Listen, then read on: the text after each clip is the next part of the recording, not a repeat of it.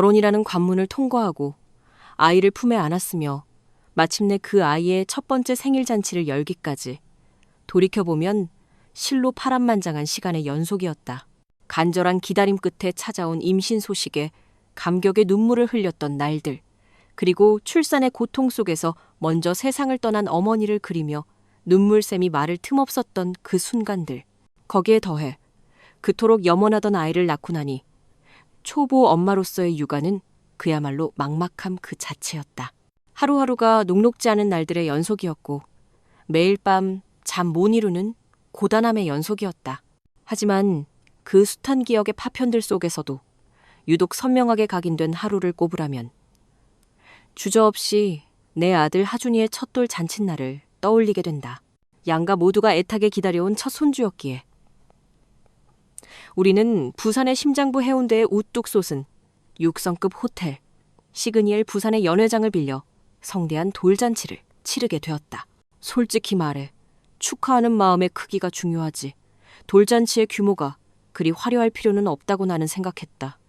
하지만 우리 시댁, 특히 시어머니이신 최 여사님의 스케일은 언제나 상상을 초월하셨고 이번 첫 손주 돌잔치에 거는 기대 또한 엄청나셨다. 예, 서윤아, 하준이 돌잔치는 어디서 할 생각이니? 그날 내 손님들도 꽤 올 테니 이왕 하는 거 호텔에서 크게 하려무나. 호텔이요? 어머님, 그래도 호텔은 너무 과한 것 같아요. 저희 결혼식도 호텔에서 안 했는걸요. 이게 무슨 철없는 소리냐. 우리 집안의 장손 첫돌인데 아무 데서나 초라하게 치를 수는 없지.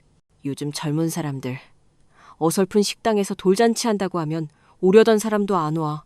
사람들을 제대로 부르려면 그리고 우리 체면을 생각해서라도 랜드마크 같은 호텔 연회장 정도는 되어야 하는 거다. 그러니 무조건 호텔에서 해야 한다. 알겠지? 최 여사님의 목소리에는 반박을 허용하지 않는 단호함이 서려 있었다. 그렇게 일방적인 통보와 함께 시어머니께서는 아이가 입을 한복의 색상과 원단부터 시작해 연회장 장식의 콘셉트, 심지어 하객들에게 나눠줄 답례품의 종류까지 직접 기획하고 진두지휘하기 시작하셨다. 남편인 준서 씨도 아이, 첫 생일에 무슨 돈을 그렇게까지 써야 하냐며 조심스럽게 반대 의견을 내비쳤지만 이미 과시하고 뽐내기를 누구보다 좋아하시는 시어머니와 그런 시어머니와 완벽한 합을 자랑하는 동서 미니 씨가 그날 입을 파티 드레스까지 맞췄다며 호들갑을 떠는 바람에 우리가 더 이상 제동을 걸 수 있는 분위기는 아니었다. 물론 최 여사님 역시 손주를 아끼고 사랑하는 마음에서 비롯된 행동이시라 믿으며 나 자신을 애써 다독였다. 그렇게 시어머니의 열정과 주도 아래 준비된 돌잔치 당일, 나는 이른 아침부터 분주하게 움직이며 손님들을 맞이하고 동시에 아이를 챙기느라 그야말로 혼이 쏙 빠질 지경이었다. 돌잔치 때문에 평소보다 일찍부터 일어나 부산을 떨어서 그런지 그날따라 아들 하준이의 컨디션이 최악이었기 때문이다. 아이는 낯선 환경과 수많은 사람들 앞에서 극도의 불안감을 느끼는 듯 계속해서 칭얼거리고 울음을 터뜨렸다. 나는 그런 아이를 달래느라 진땀을 빼면서 정작 가장 신경 써야 할 친정 아버지에게는 제대로 신경을 쓸 겨를조차 없었다. 돌잔치 당일에도 아버지가 어떻게 오고 계신지 식사는 하셨는지조차 제대로 여쭤볼 틈이 없었다.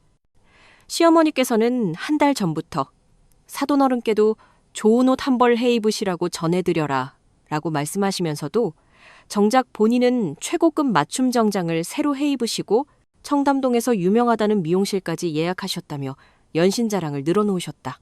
그런 이야기를 들을 때마다 나는 괜스레 아버지의 모습이 눈앞에 아른거려 마음이 무거워졌다.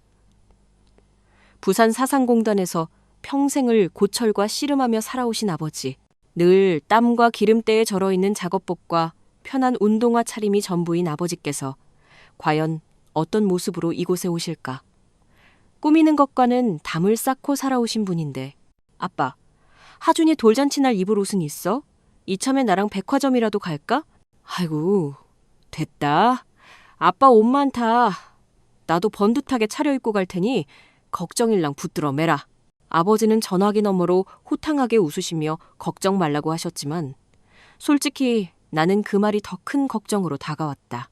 아버지가 가진 옷 중에 가장 번듯한 옷이란 몇 년 전 내 결혼식 때 큰마음 먹고 맞추셨지만 그 이후로는 장롱 속에 고이 모셔져 있던 낡은 양복 한 벌이 전부일 터였다. 이런 내 마음을 털어놓으면 누군가는 나를 나쁜 딸이라 손가락질할지도 모른다. 아버지께 좋은 옷 한 벌 제대로 사드리지도 못했으면서 그런 걱정을 하는 것이 가식적이라고 말이다. 하지만 내 걱정의 본질은 다른 곳에 있었다. 나는 내 아버지가 너무나도 소중했기에 그 소중한 사람이 단지 겉모습 때문에 누군가의 날카로운 시선에 상처받는 것이 죽기보다 두려웠던 것이다. 그리고 돌잔치가 시작되기 직전 연회장 입구에서 아버지를 발견한 나는 결국 우려했던 최악의 상황과 마주하고야 말았다. 어머, 저기 저분? 사돈어른 아니시니? 세상에 저게 대체 무슨 행색이야? 시어머니의 경악에 찬 목소리가 내 귀를 찔렀다. 아버지는 평소 공장에서 일하실 때와 별반 다르지 않은 낡고 빛바랜 작업용 점퍼와 여기저기 흠집이 난 구두 차림이셨다. 물론 그 옷들이 아버지가 가진 옷 중에서 가장 깨끗하고 정갈한 것이라는 사실을 나는 알고 있었다. 하지만 화려한 명품으로 온몸을 휘감은 하객들 눈에는 그저 초라하고 남루한 작업복 차림으로 보일 뿐이리라. 가장 마지막으로 모습을 드러낸 아버지의 소박한 모습에 시어머니와 동서 미니 씨가 노골적인 놀라움을 감추지 못하며 입을 열었다. 사돈어른, 아직도 사상공단에서 그 일 하세요? 아, 그럼요? 아직 하고 말고요. 사돈어른은 참 변함없이 한결같으시네요. 옷차림이며 여러모로 말이에요. 변함없이 한결같은 게 제 장점 아니겠습니까? 그럴 게 아니라 어디 주방에 가서 페박스라도 좀 얻어다 드릴까요? 어머 형님, 그러시면 되겠다. 여기까지 오셨는데 빈손으로 돌아가시면 섭섭하실 거 아니에요. 사돈어른, 가실 때 꼭 박스 한가득 챙겨가세요. 명백한 비웃음과 조롱이 담긴 시어머니와 동서의 말에 나는 입술을 지그시 깨물었다. 마음 같아서는 당장이라도 지금 무슨 말씀을 하시는 거냐며 소리치고 싶었지만 아무것도 모른 채 그저 허허실실 웃고 계신 아버지를 보며 차마 그럴 수가 없었다. 정말 그럴까요? 아이고, 제 생각까지 이렇게 다 해주시고 정말 감사하네요. 사부인 덕분에 빈손으로는 안 가도 되겠습니다. 아, 아빠! 그건 별로 중요한 거 아니니까 일단 돌잔치부터 즐겨. 우리 하준이 보셔야지. 아, 그래. 우리 강아지, 내 손주부터 봐야지. 아이고, 우리 하준이 드디어 1살이 되었구나. 이 할아비가 선물 가져왔지. 다행히 아버지는 시어머니와 동서의 가시 돋친 말에 전혀 타격이 없으신 듯 그저 사람 좋은 웃음으로 넘겨버리셨다. 평소에도 남의 시선 따위는 조금도 의식하지 않으시는 분이셨기에 남들이 무슨 말을 하든 괴념치 않으시는 분이셨다. 그래서 손자의 첫돌 잔칫날에도 본인의 옷차림보다는 손자를 위한 선물을 챙기는 데에만 온 신경을 쓰셨을 터. 아버지의 두 손에는 나와 아들을 위한 선물 꾸러미만이 가득 들려 있었다. 아버지에게서 선물을 건네받는 순간 나는 무심코 아버지의 거칠고 투박한 손을 잠시 들여다보게 되었다. 생각해보면 아버지의 손은 늘 저렇게 거칠었다. 어릴 적부터 아버지의 손을 맞잡을 때마다 두꺼운 굳은 살 때문에 따갑다고 느꼈던 기억이 생생했다. 아버지의 손은 고된 노동의 흔적인 굳은 살로 뒤덮여 있었고 기나긴 세월의 풍파에 쓸려 메말라 있었지만 그런 아버지의 손에서는 세상 그 어떤 것보다도 따스한 온기가 느껴졌다. 그래서 나는 그런 아버지의 손을 참 좋아했다. 사실 어린 시절 우리 집은 형편이 넉넉하지 못했다. 나를 낳고 얼마 되지 않아 어머니가 돌아가신 후 아버지는 홀로 나를 키워주셨다. 아버지는 혼자서 돈을 벌어야 했고 동시에 어린 딸을 돌봐야 했다. 혼자서 감당해야 할 삶의 무게가 얼마나 무거우셨을지 지금의 나는 감히 상상조차 할 수 없다. 하지만 아버지는 단 한 번도 내 앞에서 힘든 내색을 하지 않으셨다. 하루 종일 무거운 고철 수레를 밀며 폐지를 줍다가 다치셨던 날에도 고된 공사판 노동에 지쳐 밤마다 파스를 붙이며 끙끙 앓으시던 날에도 아버지는 항상 내 앞에서 웃기만 하셨다. 우리 서윤이 오늘은 학교에서 뭐 배웠어? 선생님 말씀 잘 들었어? 아버지는 없는 살림에도 늘 나를 먼저 챙겨주셨다. 지금도 생생하게 기억나는 장면이 있다. 초등학교 시절 도시락을 싸들고 다녀야 했는데 아버지는 매번 새벽 일찍 일어나셔서 서툰 솜씨로나마 손순의 도시락을 싸주셨다. 김치에 밥을 볶아서 계란 프라이 하나를 예쁘게 올린 도시락을 식지 않게 이불 밑에 고이 넣어두고 일을 나가곤 하셨다. 하지만 나는 어린 마음에 다른 엄마들이 정성껏 싸주었을 화려하고 예쁜 친구들의 도시락을 부러워하며 아버지의 그 깊은 사랑을 이해하지 못했다. 한참의 세월이 흐른 뒤에야 그것이 얼마나 큰 정성이자 사랑이었는지 깨달았다. 귀한 계란 프라이 하나를 오직 나에게만 양보하고 정작 아버지는 누른밥에 신김치만으로 끼니를 때우셨다는 사실을 아주 늦게야 알게 되었던 것이다.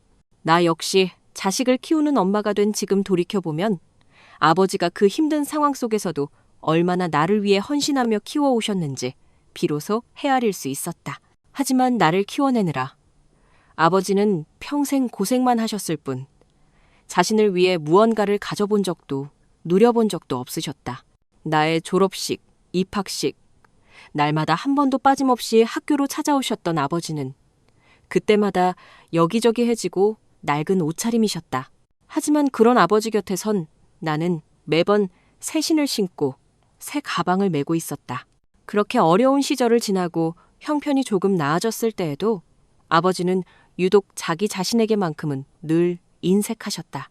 반면 나는 그런 아버지의 사랑을 듬뿍 받으며 사랑도 관심도 무엇 하나 부족함 없이 잘할 수 있었다. 그래서 나는 그런 아버지가 늘 존경스럽고 자랑스러웠다.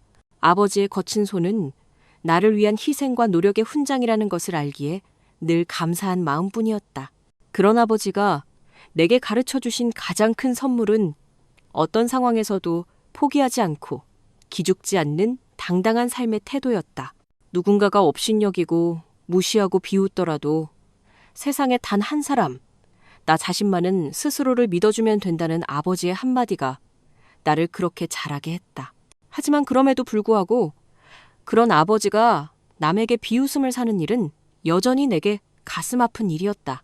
하물며 나의 아버지를 우습게 여기는 대상이 시댁 식구들일 때는 더더욱 말이다. 그날도 그랬다. 어머나, 손님들이 정말 많이 오셨네. 거봐라. 호텔에서 해야 이렇게 손님들이 많이 오신다니까. 요즘 세상에 누가 동네 식당에서 돌잔치를 하니? 이왕이면 이런 데서 해야 얼굴이 살지. 그러게요, 어머님.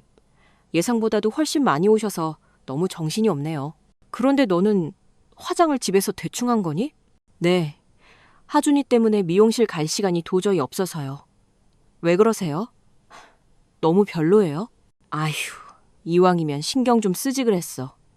얼굴도 푸석푸석하고 피곤해 보인다. 나 좀 봐라. 아침 일찍부터 미용실 다녀온 보람이 있어 보이지 않니? 시어머니께서는 새벽부터 목욕제계에 미용실까지 다녀오셨다며 화려한 차림새를 뽐내고 계셨다. 한껏 부풀린 머리 스타일, 그날을 위해 특별히 맞춘 듯한 실크 정장, 그리고 목과 손에는 눈이 부실 정도로 반짝이는 보석들이 주렁주렁 달려 있었다. 그런 화려한 차림의 시어머니는 사람들의 시선을 한몸에 받고 계셨다. 누가 보면 손자의 돌잔치가 아니라 어머님이 재혼식이라도 올리는 줄 알겠다고 생각할 정도였다. 그런데 그 옆에 시어머니를 수행하듯 따라온 동서민희 씨 역시 무슨 시상식에 참석한 여배우처럼 화려한 드레스를 입고 등장한 것이었다. 언니, 저랑 어머님은 아침부터 바쁘게 준비했는데 언니는 이게 뭐예요? 정말 누가 보면 저희가 주인공인 줄 알겠어요? 그러게요. 이미 다들 그렇게 보고 있는 것 같은데 뭐. 형님, 그래도 오늘은 중요한 날이잖아요. 그럼 신경 좀 쓰시지 그랬어요. 뭘? 내가 주인공인가? 주인공은 우리 하준이지. 나도 나름 옷 갖춰 입고 신경 쓴 건데. 형님이 워낙 수수하게 생기셔서 그런지 옷이 사람을 좀 눌러 보이는 것 같네요. 평소에도 동서는 저렇게 교묘하게 사람 속을 긁는 말을 잘했다. SNS 중독에 온갖 유행을 다 좇아야 직성이 풀리고 남들의 시선이 세상에서 제일 중요한 동서는 늘상 화려한 차림이었다. 비슷한 성향의 시어머니와는 죽이 잘 맞아 시어머니는 언제나 나보다는 둘째 며느리인 미니 씨를 끼고 다니셨는데 그날 내 아들 돌잔치에도 둘이 함께 미용실을 다녀오신 모양이었다. 그리고 동서 역시 시어머니 못지않게 화려하고 눈에 띄었다. 그러게, 동서는 아주 화려해서 그런가? 연예인 같네. 어머, 정말요, 형님? 아침부터 공들인 보람이 있네요. 근데 형님, 친정 쪽 식구들은 언제쯤 오세요? 아직 아무도 안 보이시는 것 같은데. 그래? 사돈어른은 아직이시라니? 아, 금방 오실 거예요. 아까 전화드렸을 때 거의 다 오셨다고 하셨거든요. 너희 아버지는 어쩜 그렇게 매번 바쁘시니? 이런 중요한 날에는 좀 일찍 와서 자리도 지키고 하셔야 할 텐데 뭐가 그리 바쁘신 건지 참. 평소에도 우리 아버지를 은근히 무시하는 듯한 말투를 구사하던 시어머니는 그날 역시 아버지가 조금 늦으시는 것을 빌미로 한마디 쏘아붙이셨다. 어쨌거나 아버지가 시간에 빠듯하게 도착하시는 것은 사실이니 나도 딱히 할 말은 없었다. 젊어서부터 억척스럽게 살아오신 아버지는 환갑이 훌쩍 넘은 지금도 여전히 늘 바쁘게 살고 계셨기 때문이다. 이제는 연세도 있으시고 나도 경제적으로 여유가 생겼으니 좀 쉬시라고 몇 번이나 말씀드렸지만 아버지는 언제나 내 도움을 정중히 거절하고 혼자의 힘으로 모든 것을 해내려고 하셨다. 그러다 보니 자식들에게 용돈을 받아가며 여유롭게 지내시는 시어머니와는 달리 우리 아버지가 더 바쁘실 수밖에. 그리고 바로 그때 저 멀리서 아버지의 모습이 보였다. 어머, 저기 너희 아버지 아니니? 아빠? 아버지는 평소와 별다를 것 없는 허름한 작업복 차림으로 두 손에 작은 봉투와 흙이 묻은 낡은 종이 가방을 들고서 연회장으로 들어오고 계셨다. 크고 화려한 호텔 연회장 안, 한껏 차려입은 사람들 사이에서 여실히 비교되는 아버지의 모습에 나도 순간 당황스러움을 감출 수 없었다. 아니나 다를까 그런 친정아버지의 모습을 본 시어머니가 기겁하며 소리치셨다. 어머나? 사돈어른 차림새가. 아니, 너는 아버지가 뭘 입고 오시는지 미리 챙겨보지도 않았니? 그냥 아빠가 알아서 하시겠다고 그래서요. 그래도 날이 날인데 저게 뭐니? 고물상일이 아무리 바쁘셔도 그렇지, 이건 좀 심하지 않니? 그런데 그 옆에 있던 동서가 한술 더 떴다. 그러게요, 형님. 사돈어른께서 좀 너무하신 거 아니에요? 아무리 그래도 하나뿐인 손자 돌잔치인데 그것도 시그니엘 호텔에서 하는 돌잔치인 줄 모르고 오셨나 봐요? 누가 보면 여기에 일하러 오신 분인 줄 알겠어요. 목소리가 유난히 큰 동서의 말을 누군가 들었는지 주변에 있던 하객 몇몇이 피식하고 웃는 소리가 내 귓가를 날카롭게 파고들었다. 순간 내 마음도 얻어맞은 것처럼 시퍼렇게 멍이 들었다. 우리 아버지는 고작 옷차림 따위로 무시당할 뿐이 아니신데 아무것도 모르면서 아버지의 겉모습만 보고 함부로 판단하고 무시하는 시댁. 식구들과 주변 사람들이 참으로 미웠다. 속이 부글부글 끓어올랐지만 나는 억지로 참을 수밖에 없었다.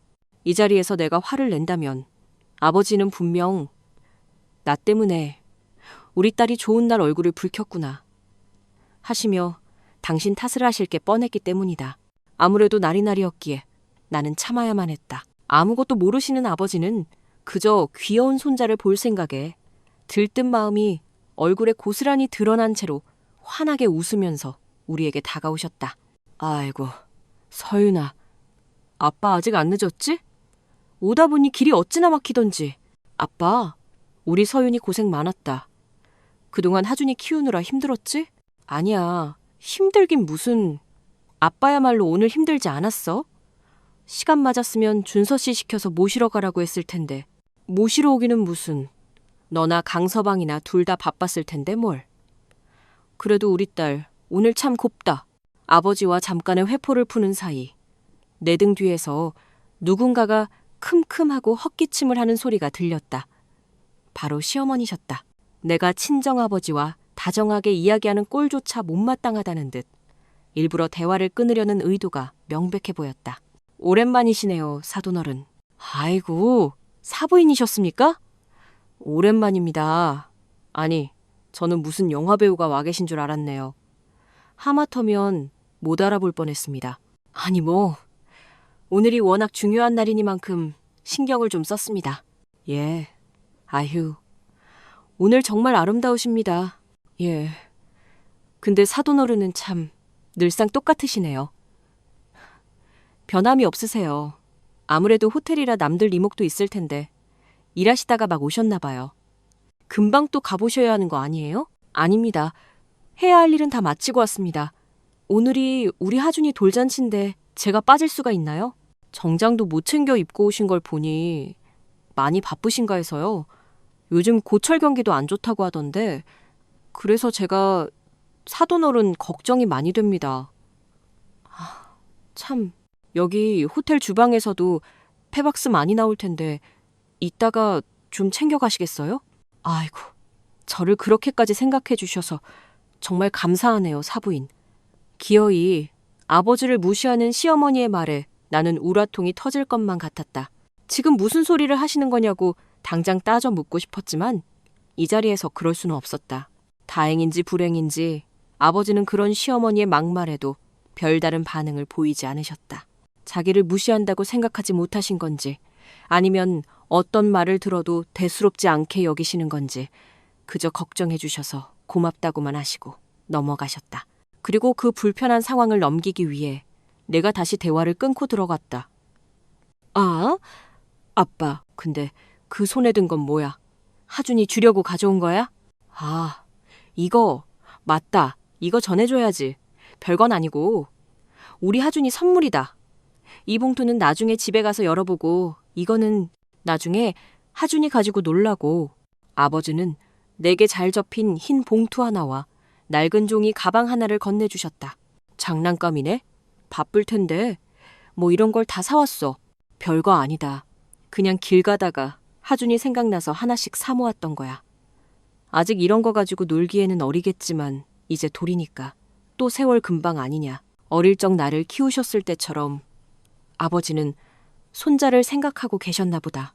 예전에도 길을 가다가 예쁜 머리핀만 보이면 내게 주겠다고 그렇게 사들고 오셨던 아버지였는데 이제는 손자 생각에 길에서 장난감을 사 모으셨는지 아버지가 들고 오신 종이 가방 안에는 여러 가지 작은 장난감들이 가득 들어 있었다. 못난 딸 때문에 손자를 자주 보지도 못하시는 아버지가 손자가 보고 싶을 때마다 하나씩 사 모으셨을 것이라는 생각에 나는 순간 눈물이 핑 돌 뻔했다. 그런데 그 광경을 옆에서 지켜보던 동서가 또다시 비꼬는 말투로 끼어들었다. 어머, 사돈어른 정말 귀여우시네요. 장난감이라니 얼마 만에 보는 풍경인지 참 정겹네요. 근데 돌잔치 선물인데 보통 요즘에는 최소 금반지나 골드바 정도는 하지 않나요? 그래도 하준이 친할아버지인데 아무리 그래도 사돈, 호텔에서 하는 돌잔치인데 좀 수준에 맞춰주셨으면 좋았을 텐데요. 그때는 정말 나도 더 이상 억지로 웃는 낯을 유지할 수가 없었다. 나는 손자를 생각하는 아버지의 그 마음이 감사하고 소중하기만 한데 자기들이 뭐라고 감히 남의 선물을 두고 이래라 저래라 떠드는가 싶었다. 하지만 그 와중에도 아버지는 시어머니와 동서의 말에 일절 흔들리지 않으셨다. 그저 여전히 온화하게 웃으시며 손자에게 장난감을 흔들어 보일 뿐이었다. 이거 봐라. 우리 손주 이거 보면 좋아서 깔깔 웃을 텐데 너도 어릴 적에 이런 걸 참 좋아했거든. 그때 생각이 나서 그때 내가 너한테 못 해준 것만 많았잖니. 아빠 정말 고마워. 하준이가 정말 좋아할 거야. 금반지니 골드바니 하는 건 어른들 만족을 위한 선물이지. 애한테 그런 게 뭐가 필요해? 애들은 장난감이 최고지. 참으려고 했지만 나도 모르게 속마음이 툭 튀어나오고 말았다. 그러자 시어머니와 동서의 말에 마음이 상한 내 속을 아버지가 눈치채신 건지 내게 눈을 찡긋하시며 웃어 보이셨다. 괜찮다 우리 딸. 오늘은 좋은 날이니까. 아빠가 늘 하는 말 알지? 아빠는 세상 누가 뭐라고 해도 우리 딸 하나만 알아주면 그걸로 됐다. 아버지의 그 따뜻한 눈빛에 내 눈시울이 뜨거워졌다. 바로 그때였다. 호텔 연회장 입구 쪽에서 몇몇 직원들이 웅성거리기 시작했다. 어머, 저기 저분. 우리 총지배이님 아니셔? 무슨 소리야. 총지배이님이 이런 행사에 왜 오시겠어? 아닌데. 우리 호텔 총지배이님 맞는 것 같은데. 윤성한 총지배이님? 직원들이 수군거리자 하객들 몇몇도 그 소리를 듣고 그쪽으로 시선을 돌렸다. 어머, 저분 여기 시그니엘 호텔 총지배인 아니야? 나 잡지에서 본 적 있어. 그런데 총지배인이 무슨 일로 여기까지 오셨지? 저분 원래 이렇게 개별 행사에 얼굴 잘 안 비추시는데. 그러게, 오늘 무슨 중요한 VIP 행사가 또 있나? 호텔 총지배인이나 되는 분이 직접 걸음까지 하시고 말이야. 순간 분위기가 어수선해졌다. 사람들은 중년의 그 남성이 누구인지 알아본 듯 다들 신기해하며 웅성거리고 있었다. 대충 분위기를 보니 그분이 이 호텔의 최고 책임자인 총지배인이라는 것 같았다. 그때까지만 해도 나는 앞으로 무슨 상황이 벌어질지 전혀 예측하지 못했다. 그리고 그때 연회장 입구로 최고급 정장 차림의 한 남자가 다급한 표정으로 거의 뛰어들어오다시피 했다. 하지만 그 순간 그 자리에 있던 누구보다 더 놀란 것은 바로 시어머니와 동서였다. 정장 차림의 호텔 총지배인이 그토록 다급하게 달려와서 찾던 사람이 다름 아닌 초라한 작업복 차림의 우리 아버지였기 때문이다. 회장님, 안녕하십니까? 총지배인은 순식간에 우리 아버지 앞으로 달려오더니 조금의 망설임도 없이 90도로 허리가 거의 반으로 접힐 듯 깍듯하게 인사를 건넸다. 그 광경에 그 자리에 있던 모두가 숨을 죽였다. 이 어마어마한 6성급 호텔의 최고 책임자라는 사람이 왜 저렇게 깍듯하고 심지어 어려워하는 기세까지 보이며 우리 아버지 같은 사람을 대하는 것일까? 모두의 머릿속에 거대한 물음표가 떠올랐을 것이다. 시어머니와 동서도 그런 생각이었는지 둘 다 극도로 당황한 나머지 미처 속갯말을 삼키지 못하고 내뱉었다. 아니, 이게 무슨 일이야? 호텔 총지배인이라는 사람이 대체 왜 저 고물상 아저씨한테? 회장님? 그렇게 모든 사람의 이목이 우리 아버지에게로 집중되었다. 한눈에 봐도 수백만 원은 좋게 넘어 보이는 명품 정장을 입고 수천만 원짜리 시계를 찬 총지배인이 낡고 초라한 작업복 차림의 아버지에게 굽실거리며 안절부절 못하는 모습에 모두들 호기심이 극에 달한 듯했다. 다들 이 기막힌 상황이 대체 무엇인지 알고 싶었던 건지 순식간에 연회장 안이 쥐 죽은 듯 조용해졌다. 조금 전까지 온갖 사람들의 말소리로 시끄럽던 공간이 마치 마법에 걸린 것처럼 정적에 휩싸였다.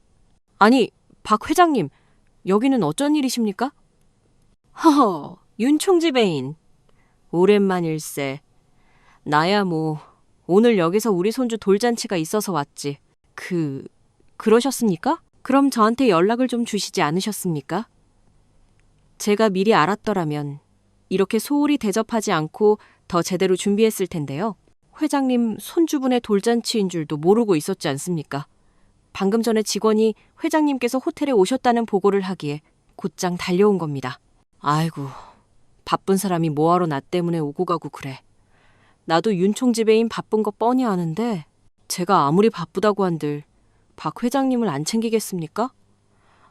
회장님은 제 은인이실 뿐만 아니라 저희 호텔을 살려주신 은인이십니다. 사업하는 사람으로서 제가 은인에 대한 대접을 이렇게밖에 못한 것이 너무나도 죄송스러울 따름입니다. 아이, 은인은 무슨, 내가 뭐 한 게 있다고? 아닙니다, 회장님. 오늘 이 자리는 제가 대접하게 해주십시오. 오늘 여기 연회비는 전부 제가 지불하겠습니다.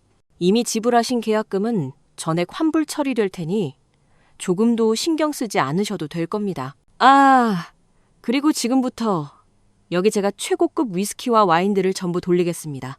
제 개인 셀러까지 털어서 내어드릴 테니 가족분들과 하객분들 모두 부담 없이 즐겨주셨으면 좋겠습니다. 아이고, 무슨 말도 안 되는 소리를. 그러지 않아도 된다니까. 글쎄, 아닙니다.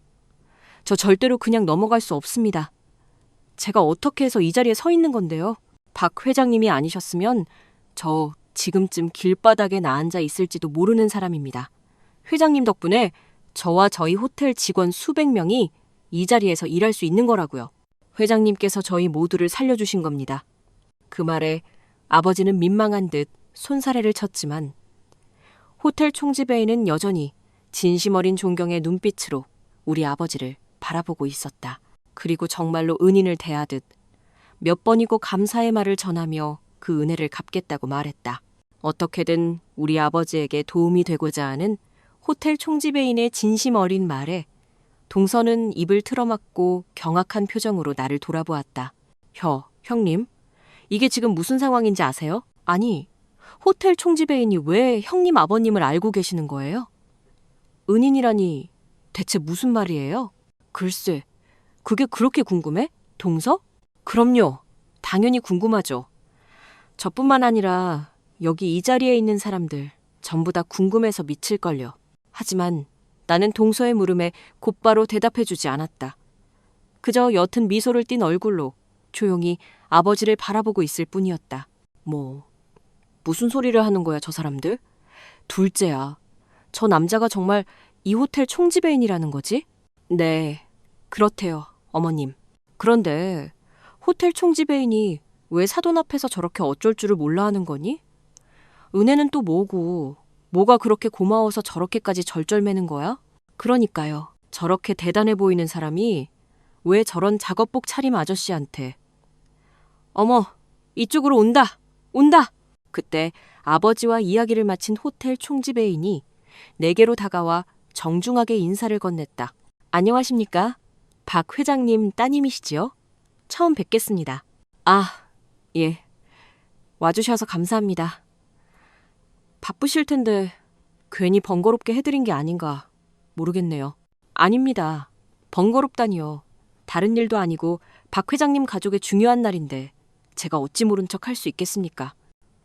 정말 훌륭한 아버님을 두셔서 참 좋으시겠습니다. 아버님께서 얼마나 대단한 분이신지는 제가 직접 겪어봤으니 누구보다 잘 알지요. 따님께서도 좋은 분 밑에서 참 바르게 잘 자라신 것 같습니다. 네, 저도 저희 아버지를 세상에서 가장 존경해요. 그 어떤 대단한 사람을 데려다 놓아도 비교되지 않을 분이시죠. 맞습니다. 그래서 저도 박 회장님을 많이 본받으려고 노력하고 있습니다. 아무쪼록 오셨으니 식사라도 하고 가세요. 여기까지 오시느라 번거로우셨을 텐데 괜히 죄송해서요? 아닙니다. 지금도 제가 막무가내로 찾아와서 폐가 된 것 같은데요. 저는 이만 자리를 비켜드려야죠. 그 전에 이건 아주 작은 제 마음입니다. 그리고 호텔 총지배인은 미리 준비해온 듯한 금빛 봉투 하나를 내게 조심스럽게 내밀었다. 빈손으로 올 수가 없어서 약소하지만 축의금을 준비했습니다. 아, 이러시지 않으셔도 되는데 와서 인사해 주신 것만으로도 정말 감사한데 이게 무슨... 아닙니다. 오늘은 축하하는 자리이지 않습니까? 박 회장님 손주분의 첫돌을 축하하는 저의 진심 어린 의미입니다. 그러니 부디 기쁜 마음으로 받아주십시오. 나는 손사래를 치며 거절했지만 총지배인은 끝까지 내게 봉투를 건넸다. 그러자 시어머니와 동서가 아까 우리 아버지가 봉투를 건넸을 때와는 180도 다른 태도로 그 봉투가 궁금해서 견딜 수 없다는 듯이 다가와 기웃거렸다. 금반지니 골드바니 하며 비웃던 바로 그 사람들이 말이다. 그렇게 호텔 총지배인은 마지막까지 아버지에게 깍듯하게 인사를 올리다가 돌아갔다. 그리고 그 짧은 순간의 장면 하나로 연회장 전체가 그야말로 발칵 뒤집히고 말았다. 아까 그 사람이 시그니엘 총지배인이라며? 근데 왜 저런 분한테 굽실거리고 절까지 하는 거야? 저 어르신 대체 정체가 뭐지? 그냥 고물상 하시는 분 아니었어? 대체 이게 다 무슨 일이야 정말? 총지배인이 물러간 뒤 모두들 충격에 휩싸여 입을 떼지 못하고 있던 그 상황 속에서 아버지는 여전히 멋쩍게 웃고만 계셨다. 시어머니는 굳은 얼굴로 멍하니 기둥 옆에 서 있기만 했고 동서는 더 이상 할 말이 없다는 듯 땅만 쳐다보고 있었다. 아이고, 이거 괜히 나 때문에 돌잔치 분위기가 흐트러진 건 아닌가 모르겠다. 오늘은 우리 손자가 주인공인데 이거 어쩌다 나한테 시선이 다 쏠려버렸네. 미안하다 서윤아. 아빠가 미안할 게 뭐가 있어. 오히려 아빠 덕분에 총지배인님한테 직접 축하까지 받았는데 6성급 호텔 총지배인이 직접 달려와서 축하해주는 돌잔치가 세상에 얼마나 되겠어? 아마 여기 있는 손님들 지금 다들 얼떨떨할걸. 내가 망친 게 아니라면야 다행인데. 아빠, 너무 멋있었어. 내가 세상에서 제일 존경하는 우리 아빠가 다른 사람한테도 저렇게 존경받는 걸 보니까 괜히 내가 다 기분이 좋네. 나는 멋쩍어 하는 아버지를 더욱더 띄워드리며 칭찬을 아끼지 않았다. 낡은 옷차림 때문에 괜히 아버지가 기죽거나 눈치를 보지는 않으실까. 걱정했던 나는 더욱더 목소리를 높여 아버지가 자랑스럽다고 말할 수밖에 없었다. 그리고 사람들은 호텔 총지배인이 중요한 약속도 미루고 달려와서 절절맬 만큼 존경한다는 우리 아버지가 대체 어떤 사람일지 극도로 궁금해하는 듯했다. 그때부터는 더 이상 아버지의 옷차림을 가지고 무시하는 사람은 단 한 명도 없었다. 그리고 동서가 기어이 그 궁금증을 참지 못하고 내게 다그치듯 물었다. 형님, 솔직히 말 좀 해봐요. 지금 이게 대체 무슨 상황이에요? 도대체 사돈어른 이그 호텔 총지배인이랑 무슨 사이냐고요. 누가 보면 목숨이라도 살려준 줄 알겠다고요. 그게 뭐라고 그렇게 궁금해해, 동서? 그럼 안 궁금하게 생겼어요? 형님은 알고 계셨던 거죠? 그렇죠? 그럼 나는 알지. 나도 아빠한테 직접 얘기를 들었으니까. 그러니까 그게 대체 뭐냐고요. 궁금해서 미치겠으니까 제발 말 좀 해주세요. 사실 우리 아빠가 총지배인님한테 큰 도움을 좀 주셨거든. 그때 시어머니도 슬그머니 끼어들어 내 대답을 재촉하셨다. 도움? 무슨 도움? 어떤 대단한 도움을 주셨기에 저런다는 거냐? 저희 아버지가 여기 호텔의 땅을 파셨어요. 땅? 네. 지금 여기 호텔 신관이 확장된 부지 있잖아요. 거기가 원래 전부 저희 아버지 땅이었거든요. 500평이 넘는 부지요. 거기가 원래 저희 아버지가 운영하시던 고철 재활용 사업장 자리였어요. 사돈어른이 땅이 있었다고?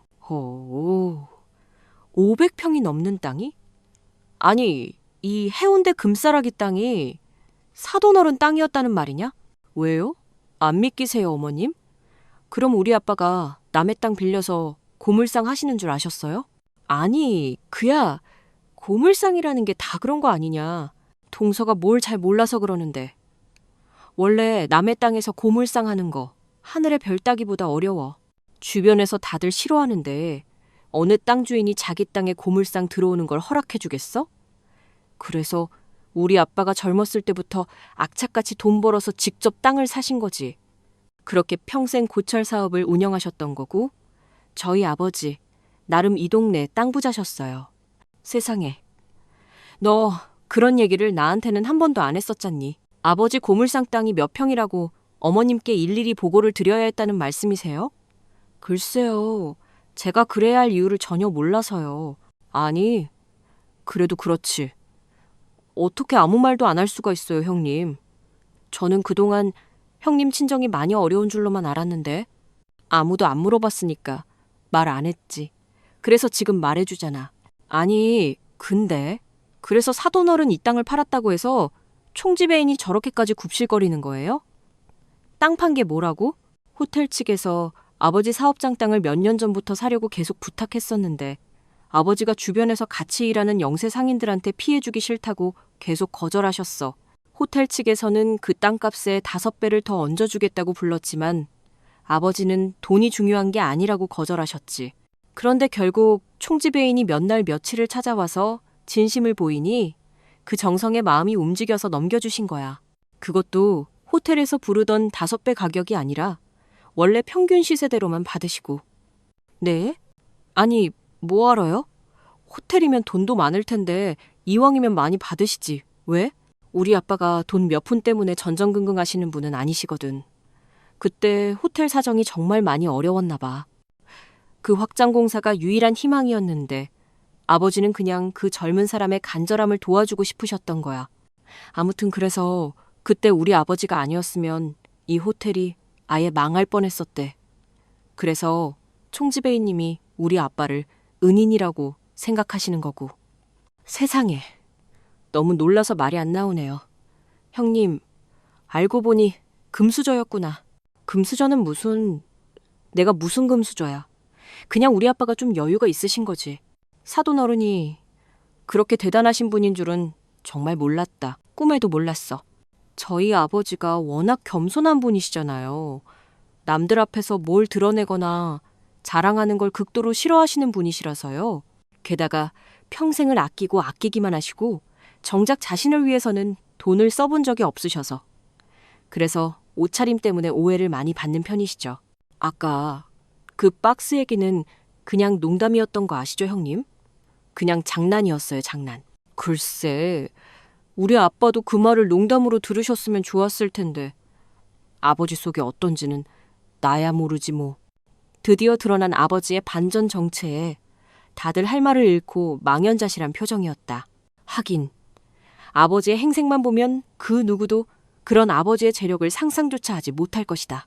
워낙 겸손하고 검소하신 분이라 꾸밀 줄을 모르시는 데다 남들의 눈에 자신이 어떻게 보일지 따위는 전혀 중요하게 생각하지 않는 분이시니 오늘 같은 일이 하루 이틀도 아니었다.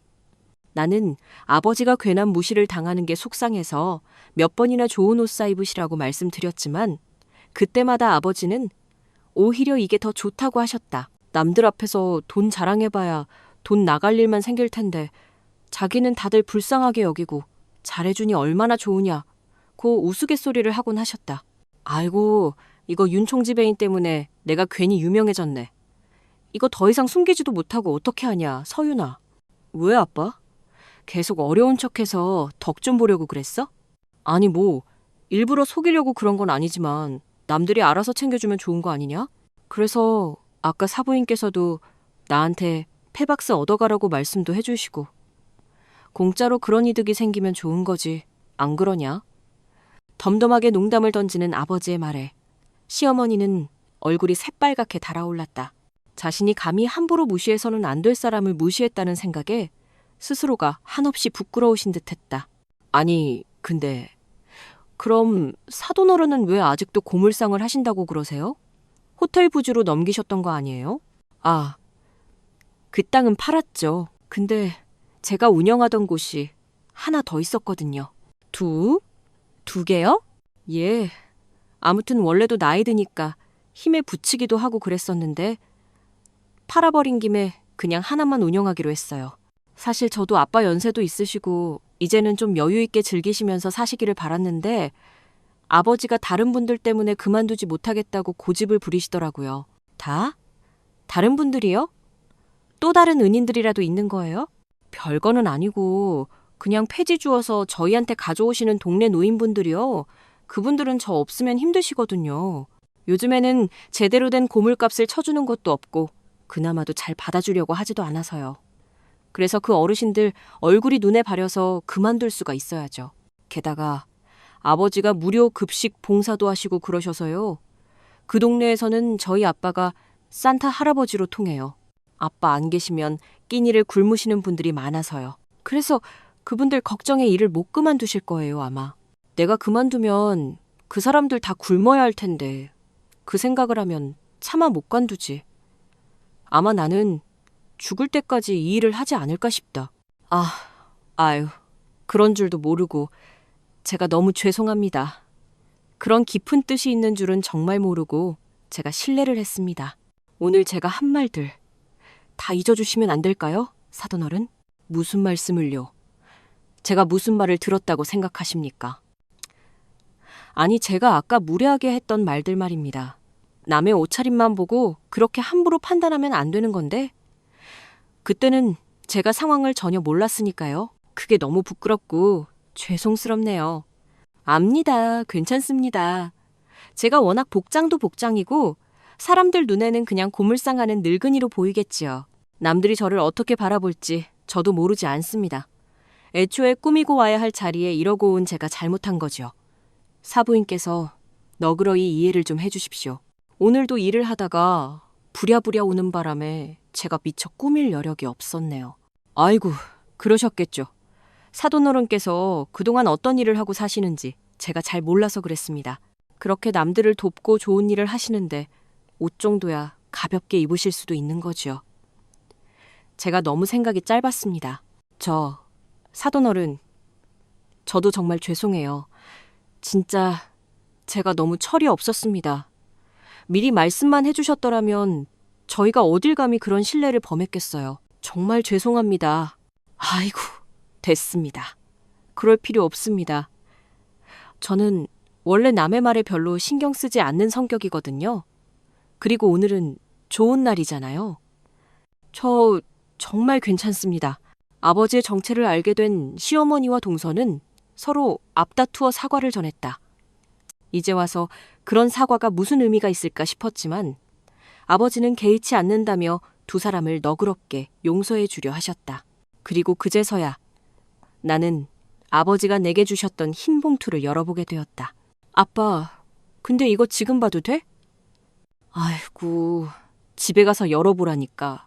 뭐가 들었는지 너무 궁금해서 그래. 이게 뭐야, 아빠? 그것은 단순한 축의금 봉투가 아니었다. 봉투 안에는 채권 증서 몇 장과 내 이름으로 된 낡은 적금 통장이 하나 들어 있었다. 그리고 통장의 마지막 잔액을 확인한 순간 나는 눈을 의심할 정도의 엄청난 금액이 찍혀 있는 것을 보고 숨을 들이켰다. 아빠, 이게 대체 다 뭐야? 내가 고물상일 하면서 네 이름으로 조금씩 넣어둔 거다.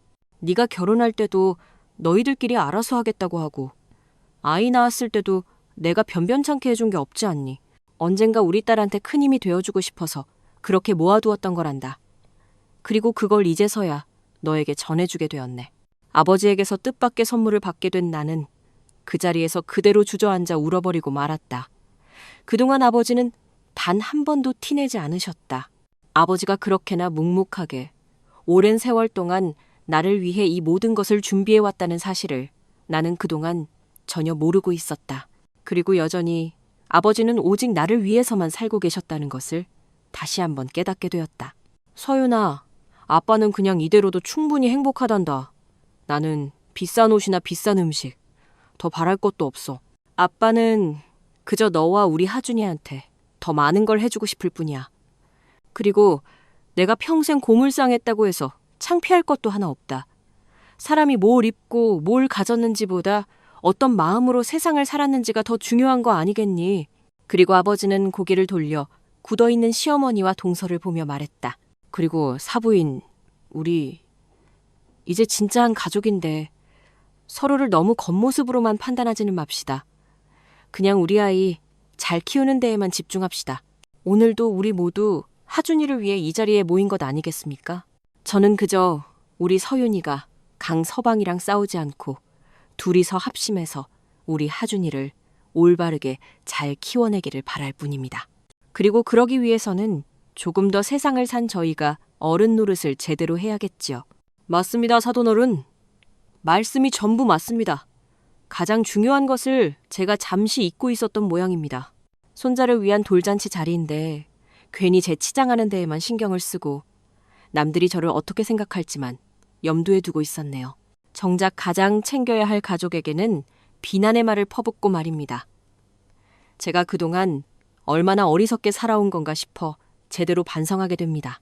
앞으로는 저도 사돈어른처럼 남들의 시선보다는 제 삶의 중심을 단단히 잡아가면서 살아야겠습니다. 시어머니는 아버지의 말에 깊이 감명받은 듯 진심으로 뉘우치는 말씀을 하셨다. 그리고 다행히 그날 내 아들 하준이의 돌잔치는 모든 사람의 축복 속에서 무사히 마칠 수 있었다. 그날 밤 나는 아버지가 내게 주셨던 통장을 다시 들여다보았다. 1,000원, 5,000원. 여유가 생길 때마다 땀 흘려 번 돈을 쪼개어 조금씩 내 몫으로 입금하셨을 아버지. 아버지가 10수년간 통장에 기록하신 그 빼곡한 내역들을 하나하나 바라보며 남몰래 뜨거운 눈물을 훔쳤다. 그리고 내 기억 속 아버지의 모습을 떠올렸다. 고물상 마당에서 작업복을 입은 채로 어린 나를 번쩍 안아 올리던 아빠. 교복 입은 내 뒤에서 흐뭇하게 미소 짓던 아빠. 그리고 지금 당신의 손주를 품에 안고 있는 아빠까지. 세월은 흘렀지만 아버지는 언제나 그 자리에서 변함없이 나와 우리 가족을 든든하게 지켜주고 있었다. 나는 언젠가 우리 아들 하준이도 나처럼 자신의 할아버지를 자랑스러워하게 될 것이라 생각했다. 그리고 나 또한 사람의 진짜 가치가 무엇인지를 온몸으로 알려준 우리 아빠처럼 내 아이에게 자랑스러운 부모가 되기로 굳게 다짐했다.